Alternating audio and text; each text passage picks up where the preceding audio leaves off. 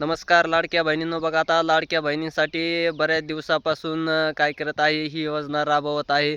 लाडक्या बहिणींना ही पैसेही येतात महिन्याला. जे जे रक्कम ठरवलेली आहे शासनाने ती त्यांच्या खात्यावर पडते. आणि त्यानंतर त्यांनी मध्यंतरी के-वाय-सीची योजना आणली आहे, ती चालू आहे. ज्या लाडक्या बहिणीची के-वाय-सी करणं बाकी आहे अशा सर्वच लाडक्या बहिणींनी काय करायचं आहे, के-वाय-सी करून घ्यायची आहे. त्यामध्ये काही लाडक्या बहिणींनी के-वाय-सी केल्यानंतर त्यांचे पैसे काय झालेले आहेत, बंद झालेले आहेत.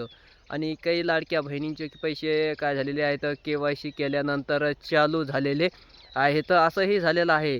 कारण जे निकष आहे, जे पात्रता आहे, त्याच्यामध्ये काही जण काय होतात, निकष पात्रतेमध्ये बसत नाहीत. त्याच्यामुळं मग तुम्हाला काय केलं जातं, आता लाडक्या बहिणीच्या ज्या ह्या योजनेतून काही लाडक्या बहिणींना वगळण्यात आलेलं आहे. मग ते कुणाला ज्यांच्याकडे फोर व्हीलर असेल, त्यानंतर अनेक 2.5 लाखाच्या पुढं उत्पन्न असेल, त्यानंतर आणखीन घरामध्ये कोणी पेन्शनधारक असेल, नोकरदार असेल, अशा विविध काय केले आहेत, नियम अटी वगैरे लावलेले आहेत. आणि त्यामध्ये ज्या लाडक्या बहिणी बसत नाहीत, मग त्यांची के-वाय-सी केलेली आहे. कोणी इन्कम टॅक्स धारक असेल, त्यानंतर आणखीन कोणी सरकारी कर्मचारी असेल, रेल्वेमध्ये असेल, जिल्हा परिषदला असेल, कोणत्याही खात्यामध्ये असल्याने त्यांच्या कामगाराचे जे हे आता लाडक्या बहिणीची जी रक्कम आहे ती काय केलेली आहे, बंद केलेली आहे. त्यामुळं आणि ज्यांची काहींची के-वाय-सी केली, काहींचे हप्ते बंद होते. त्यांना हप्ते काय झालेले आहेत, के-वाय-सी केल्यानंतर चालू झालेले आहेत. कारण ते पात्रतेच्या निकषामध्ये बसत होते, पण काही अडी-अडचण बँक अकाउंटचं म्हणा, के-वाय-सीचा प्रॉब्लेम म्हणा, त्यामुळं मग काय त्यांनी के-वाय-सी केल्यानंतर काहींचे हप्ते वगैरे चालू झालेले आहेत. आणि आणखीन आता के-वाय-सीची तारीखसुद्धा काय केलेली आहे, शासनाने वाढवून दिलेली असल्यामुळं मग ते एक दिलासादायक बाब म्हणावं लागेल लाडक्या बहिणींसाठी. कारण आणखीन 31 डिसेंबरपर्यंत तुम्ही काय करू शकता, के-वाय-सी करू शकता. मग ज्यांचे राहिलेले असतील, ज्यांच्या आधारला मोबाईल नंबर लिंक नसेल, पतीचा वडिलांचा, काहींच्या पती वडील नाहीत, असे अनेक जणांचे अनेक काय आहेत प्रॉब्लेम आहेत. त्यामुळं मग शासनाने खूप मोठी आणखीन काय केलेले आहे, तारीख वाढवून दिलेली आहे. आणि दिलेल्या तारखेच्या वेळेत तुम्ही काय करायचं आहे, जे पात्र लाभार्थी महिला आहेत ना, त्यांनी के-वाय-सीची प्रक्रिया पूर्ण करायची आहे.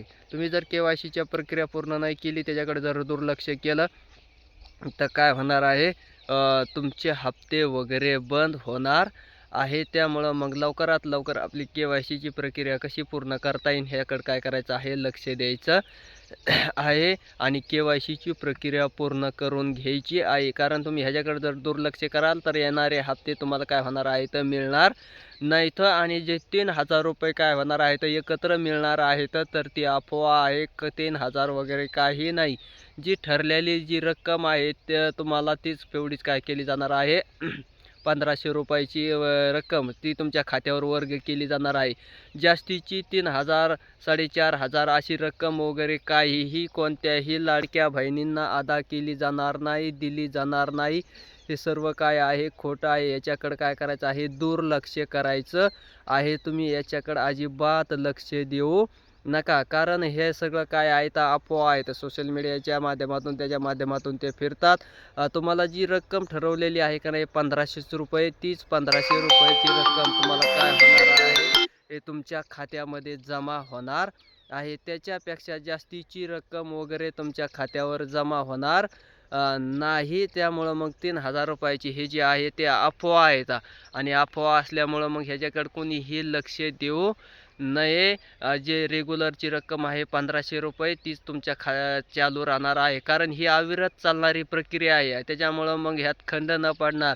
आहे का नाही, जसे निराधाराचा असेल त्या पगार, आहे का नाही, मग तसाच पगार हे सुद्धा काय जाणार आहे, लाडक्या बहिणींना चालूच राहणार आहे. त्यामुळं मग ह्यात फक्त के-वाय-सीची प्रक्रिया पूर्ण करायची आहे. 21 ते 65 वर्ष वयापर्यंत जे आहेत ना महिला, त्यांनी काय करायचे आहे, पूर्ण के-वाय-सी करून घ्यायची आहे. तिथपर्यंत जे पात्रता निकषमध्ये ज्या महिला बसतात तेच बसणार आहेत. त्यानंतर पुढील महिला ज्या आहेत, त्या ह्यांच्यामध्ये 65च्या पुढं निकषामध्ये बसत नाहीत आणि 21च्या आतमध्येही बसत नाहीत. त्यांचे हप्ते काय होणार आहेत, कायमचे बंद होणार आहेत. हे सर्व महिलांनी, पात्र महिला असतील नसतील, ह्या सर्वांनीच काय करायचं आहे, लक्षात घ्यायचं आहे. आणि 3,000 रुपयाचा हा जो विषय आहे तो खोटा आहे. 3,000 रुपये तुम्हाला मिळणार नाहीत. फक्त तुम्हाला 1,500 रुपये काय होणार आहेत, मंथली मिळणार इथं 3,000कडे कुणीही लक्ष देऊ नये. हे सगळं काय आहे, अफवा आहे. त्यामुळं 3,000 रुपयाचा काहीही विषय राहिलेला नाही. धन्यवाद.